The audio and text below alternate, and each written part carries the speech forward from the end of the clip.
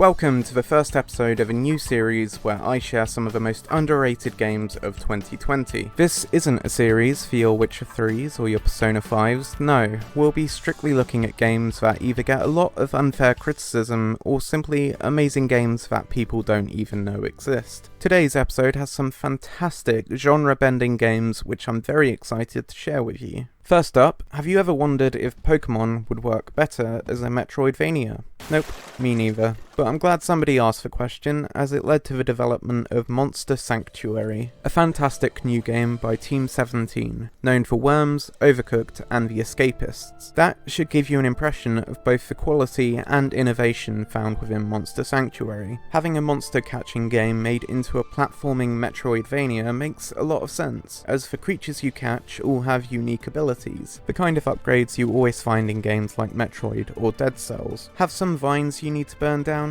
Use a fire monster. Got a wall you need to smash? Use a buff monster that packs a punch. And of course, is there a secret area or out of reach item you can't access? Use a flying monster to glide across the gap. And it's not just the exploration that shines. The combat system itself is very refined and full of character. It's a team-based system where your moves aren't just limited to elemental weaknesses, regular attacks and debuffs, but rather a combination of these things. So you don't have to waste a turn luring enemy defense or setting them on fire. You can do these things at the same time, whilst also dealing damage, speeding up the combat and making certain moves a lot more viable. Oh, and did I mention that each monster has a unique skill tree? Yeah. The combat definitely goes deeper than Pokemon, and personally, I find it more satisfying. Before we go on to the next game, are there any underrated gems you've come across this year? Post them in the comments and I'll have a look for a chance for it to appear in the next episode. And of course, unlike people on Twitter, I'll actually give you credit. Moving on, the second game I'd love to share with you is called Gunfire Reborn. The genres that this game blends are looter shooters and roguelites, which works just as well as you'd expect. This feels like playing a condensed version of Borderlands, where every playthrough is dramatically different, but you also unlock more content and upgrade your hero for every run you complete. Or more likely in my case, don't complete, but rather just crash and burn horribly. You've got the unique guns and modifiers you'd find in Enter the Gungeon, the shooting galore and hero abilities from Borderlands, the dynamic movement of Doom Eternal, and finally the randomization and persistent progression from Dead Cells. All this comes together to create some incredibly fun gameplay with some really unique weapons and adrenaline pumping action that makes Risk of Rain look like Risk of Lane. And damn is it addictive.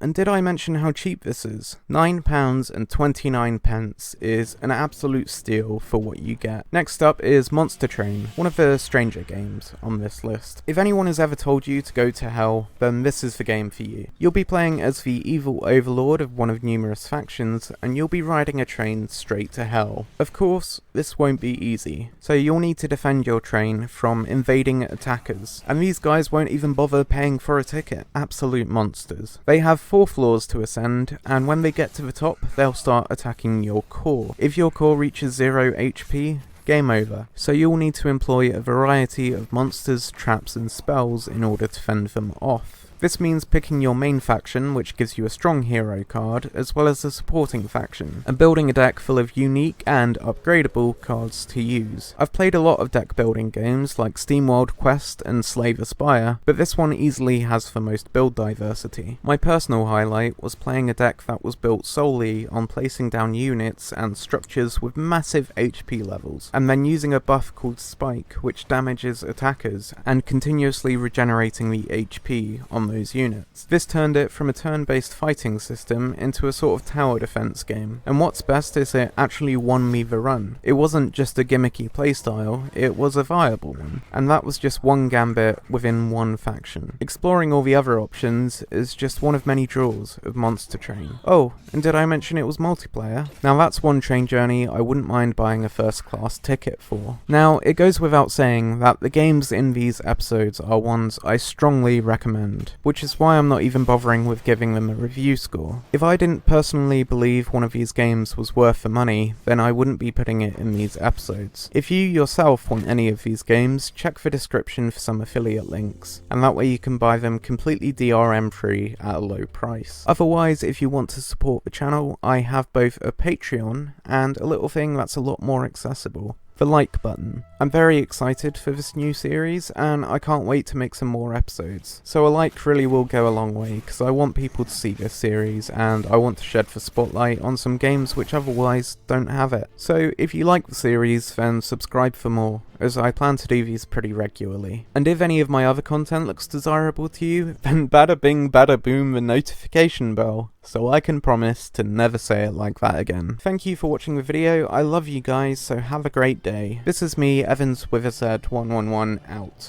Peace. Hey, whoa, what? Why can't I leave the recording studio? Maybe it's so I can let you know that you might have noticed a join button next to the subscribe button, and this is because in addition to Patreon you can become an official member of the channel. This comes with some perks different from Patreon, so check out which one you prefer if you want to support the channel. Sorry for the extended outro, but it looks like the door to the studio just unlocked, so I can leave now. Bye!